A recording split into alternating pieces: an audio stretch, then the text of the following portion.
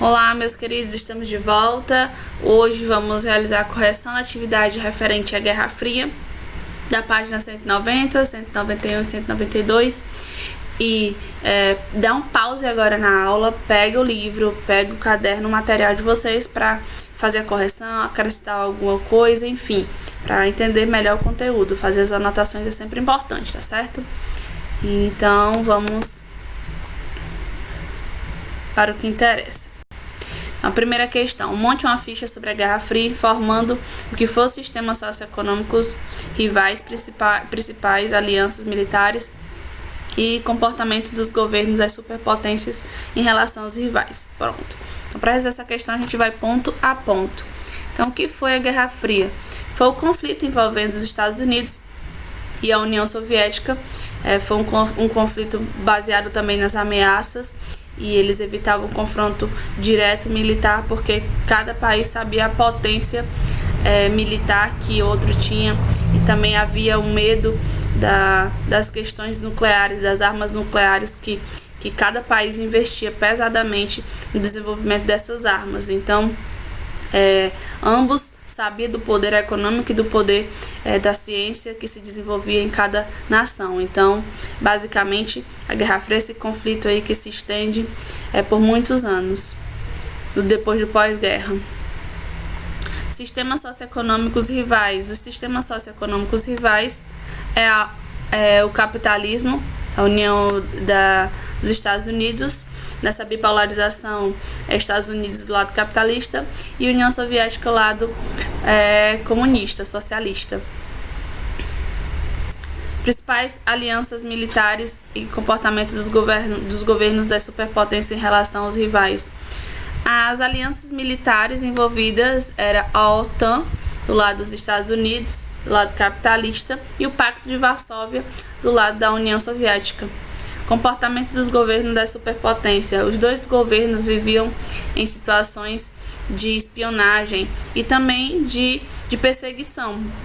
Lá nos Estados Unidos a gente tem o macartismo, em que havia a perseguição aos comunistas, como também acontecia da mesma forma na União Soviética.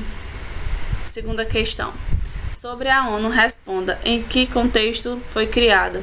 Bom, a ONU foi criada no contexto no final da Segunda Guerra, quando o resultado da Segunda Guerra, 6 milhões de judeus que morreram e tantas outras vítimas. Então, começou a buscar uma solução, a criação de um órgão que levasse em conta a diplomacia, estabelecimento das relações diplomáticas, da harmonia entre as nações, entre as relações internacionais. Então, o objetivo dessa criação, como da ONU, da Organização das Nações Unidas, é basicamente esse: considerar os direitos humanos, defender o respeito aos direitos humanos, priorizar as negociações, a diplomacia entre as nações e preservar a harmonia entre as nações, de uma forma geral. Terceira questão. O texto, provavelmente, eu não vou fazer a leitura do texto, para não ficar estendido, mas eu vou fazer a leitura dos itens e a gente vai entender do ponto a ponto. A Bolívia, com base na notícia e seus conhecimentos, é correto afirmar que Bolívia, Rússia e China são membros permanentes do Conselho de Segurança da ONU? Não, gente. A Rússia e China, Estados Unidos, França, sim, mas Reino Unido também, mas a Bolívia não faz parte dos membros permanentes do Conselho de Segurança. Lembrando que esses membros permanentes do Conselho de Segurança têm o poder de veto, são o Conselho Permanente. Esses países que eu citei para vocês são os 5 países, compõem também o Conselho Permanente e têm o direito de veto. Tem B, os Estados Unidos, apesar de não ter o poder de veto no Conselho de Segurança, convocaram a reunião da Organização das Nações Unidas para tratar de questões de questão nicaragüense. Estados Unidos está entre os países que compõem o Conselho de Segurança da ONU permanente, então ele tem sim o poder de veto. E tem C, a opção de uma intervenção armada na Nicarágua pelo Conselho de Segurança da ONU só ocorrerá caso todos os 15 membros desse órgão concordarem com ela. Na verdade, a gente tem, lembrando dos 5 membros, os países membros, a Rússia, a China, os Estados Unidos, Reino Unido e França. Então, esses países têm um poder de veto nessa circunstância. E os países envolvidos aí no texto, como vocês observam, a China e a Rússia. Vou voltar aqui ao texto. Defenderam que a crise não é uma ameaça. Então, a Rússia e a China defendem os 2 países que têm poder de veto. Eles acreditam que não tenham, não é uma ameaça para a paz e a segurança internacional. Então, item correto. O Conselho de Segurança da ONU é responsável pela manutenção da paz mundial. Contudo, no caso de Nicarágua, vai intervir militarmente para salvar a democracia. Então, voltando aqui para o texto novamente, países como Rússia e China, eles acreditam que não há ameaça para a segurança nacional, assim sendo, não acontece a intervenção militar. Item os Estados Unidos e Rússia têm poderes equivalentes no Conselho de Segurança da ONU, já que ambos têm o poder de veto às decisões do órgão. Isso mesmo. Como eu falei, faz parte, Estados Unidos e Rússia faz parte dos membros permanentes. E sendo dessa forma, tem poder de veto. Então, item correto, item E. Quarta questão. Do ponto de vista geopolítico, a Guerra Fria dividiu a Europa em 2 blocos. Essa divisão propiciou a formação de alianças antagônicas de caráter militar, como a OTAN, que é alguns países do bloco ocidental, e o Pacto de Varsóvia, que concentrava os blocos oriental. É importante destacar que na formação da divisão histórica atingiu igualmente os âmbitos políticos e econômicos que refletia pela opção entre os modelos capitalistas e socialista. Então, basicamente, o que está falando nessa questão, essa questão está dando o conceito. Então, está falando que representa uma divisão que representava um lado a bipolarização, né, do lado capitalista e do lado socialista. Então, do lado ocidental, o capitalismo, oriental, o socialismo. Então, a gente está falando, basicamente, a gente está conceituando o que foi a cortina de ferro. Então, o item correto dessa questão é o item A, cortina de ferro. Vamos para a próxima. Observe a imagem com atenção. A que plano esse cartaz de 1950 se refere? Ele está se referindo aí ao Plano Marshall. B. O que foi esse plano? O Plano Marshall foi um plano de ajuda à reconstrução dos países que estiveram envolvidos na guerra. Qual foi o seu resultado? O objetivo era estreitar cada vez mais a aliança com os países capitalistas como uma forma de se fortalecer e combater o comunismo. Sexta questão. Por suas obras, o cineasta Charlie Chaplin, questãozinha bem curiosa, interessante, sofreu uma dura perseguição e acabou abandonando os Estados Unidos. Em que contexto? Bom, então a gente está lembrando aqui, eu lembro que na primeira questão eu falei para vocês que tanto nos Estados Unidos como na União Soviética existia um clima de combate a ideologia oposta. Então, nos Estados Unidos se combatia o comunismo e lá na União Soviética se combatia as ideias capitalistas. Então, observem que Charlie Chaplin sofreu o que? Ele sofreu durante um macartismo, movimento anticomunista instalado nos Estados Unidos, que perseguiu diversas pessoas, não somente Chaplin, mas outros artistas também. Então, o item correto dessa questão é o item 6. Então, vou só fazer uma básica aí dos outros itens. Item B. Durante a caça às bruxas deflagrada pelo governo estadunidense, os ex-nazistas, como Chaplin não era ex-nazista, então é bom que a gente veja isso. Devido às suas ideias anarquistas, que propunham a abolição da propriedade privada, não é essa causa.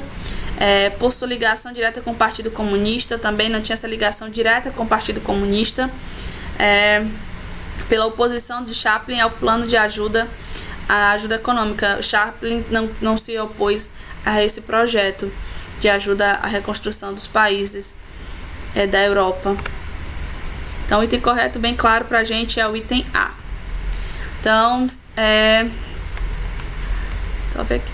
7ª questão. A Guerra Fria também influenciou o esporte. A tabela a seguir mostra o número de medalhas obtidas pelos Estados Unidos e pela União Soviética nas Olimpíadas, ocorridas entre 1960 e 1988. Observe com atenção e responda. É uma questão bem interessante para a gente entender que os reflexos dos acontecimentos políticos e desse conflito da Guerra Fria, ele se estendeu por todos os aspectos da sociedade, inclusive o esporte. Então, como a gente pode observar aqui, o item A. Aqui se pode concluir a tabela. A gente pode observar que o envolvimento da político, ele tem reflexos na participação dos países, que os países eles investiam economicamente no esporte, para mostrar que como assim o tanto de medalhas que se ganhava representava o desenvolvimento econômico que as nações tinham. Então se investia no esporte para que fosse uma demonstração do que se vivia economicamente nos países. Tem B. Por que será que os Estados Unidos não ganharam nenhuma medalha em 1980, o mesmo acontecendo com a União Soviética 4 anos depois? Então era uma forma aí deles boicotar. Então quando foi nos Estados Unidos, quando foi em Moscou, os Estados Unidos não ganhou medalha, e quando foi na União Soviética, também não ganhou, os Estados Unidos não ganhou medalha. Isso era uma forma de boicote, representando o boicote. Com relação ao que se pode estabelecer entre esporte e política nos tempos de Guerra Fria, basicamente é a questão que estou agora explicando para vocês. É uma demonstração. Então, o que acontecia, o investimento no esporte estava ligado ao desenvolvimento econômico que as potências queriam demonstrar ter. Próxima questão. Avalie as afirmações a seguir com V para verdadeiro e F para falso. Tanto nos Estados Unidos quanto na União Soviética, as pessoas suspeitas de simpatizantes com os adversários eram perseguidas e duramente reprimidas. Totalmente correto. Então a gente lembra do marcatismo que aconteceu, que o Charlie Chaplin foi vítima, como vimos na questão anterior. V. Então V, temos aqui o item A, item B e item D. Nos Estados Unidos, dos anos 1950, o inimigo número 1 do comunismo era o senador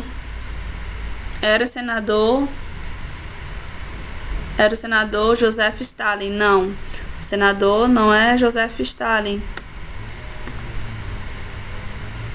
Stalin é da União Soviética. Vamos só lembrar, o líder da União Soviética. Então é falso. Charlie Chaplin foi denunciado e perseguido pelo marcatismo, tendo sido obrigado a se exilar. Essa campanha comunista ocorreu em 1950 e 1954, período em que MacArthur dirigiu o Comitê de Atividades Anti-Americanas no Senado. E vamos só colocar aqui. Então fica entre o item B, I e D. Vamos só marcar aqui, tem C incorreto. Então, essa questão é correta, sim. Charlie Chaplin, ele foi perseguido pelo marcatismo, inclusive vimos isso na questão passada. Próximo. Então, é V. Então, aqui a gente já descarta o item D. Vamos só continuar. Na União Soviética, o ódio da superpotência rival também era alimentado por perseguições, queimas de livros, prisões arbitrárias. No caso da União Soviética, o líder da repressão era o senador estadunidense Joseph MacArthur. Não, na União Soviética, o líder era Stalin e não MacArthur. F. Só coloca aqui o F. Stalin organizou julgamentos forjados, internou seus opositores em hospitais psiquiátricos, promoveu fuzilamento em massa, condenou à prisão, enviou para campos de trabalho forçado e para o exílio, na Sibéria, todos aqueles que considerava adversário. Corretíssimo, né? Então, lembrando, o item correto da questão é o item B. Meus queridos, espero que vocês tenham gostado, espero que tenham tirado as dúvidas de vocês. E a gente se encontra lá no Meet, resolvendo mais questões sobre o tema Guerra Fria, tá certo? Até a próxima aula.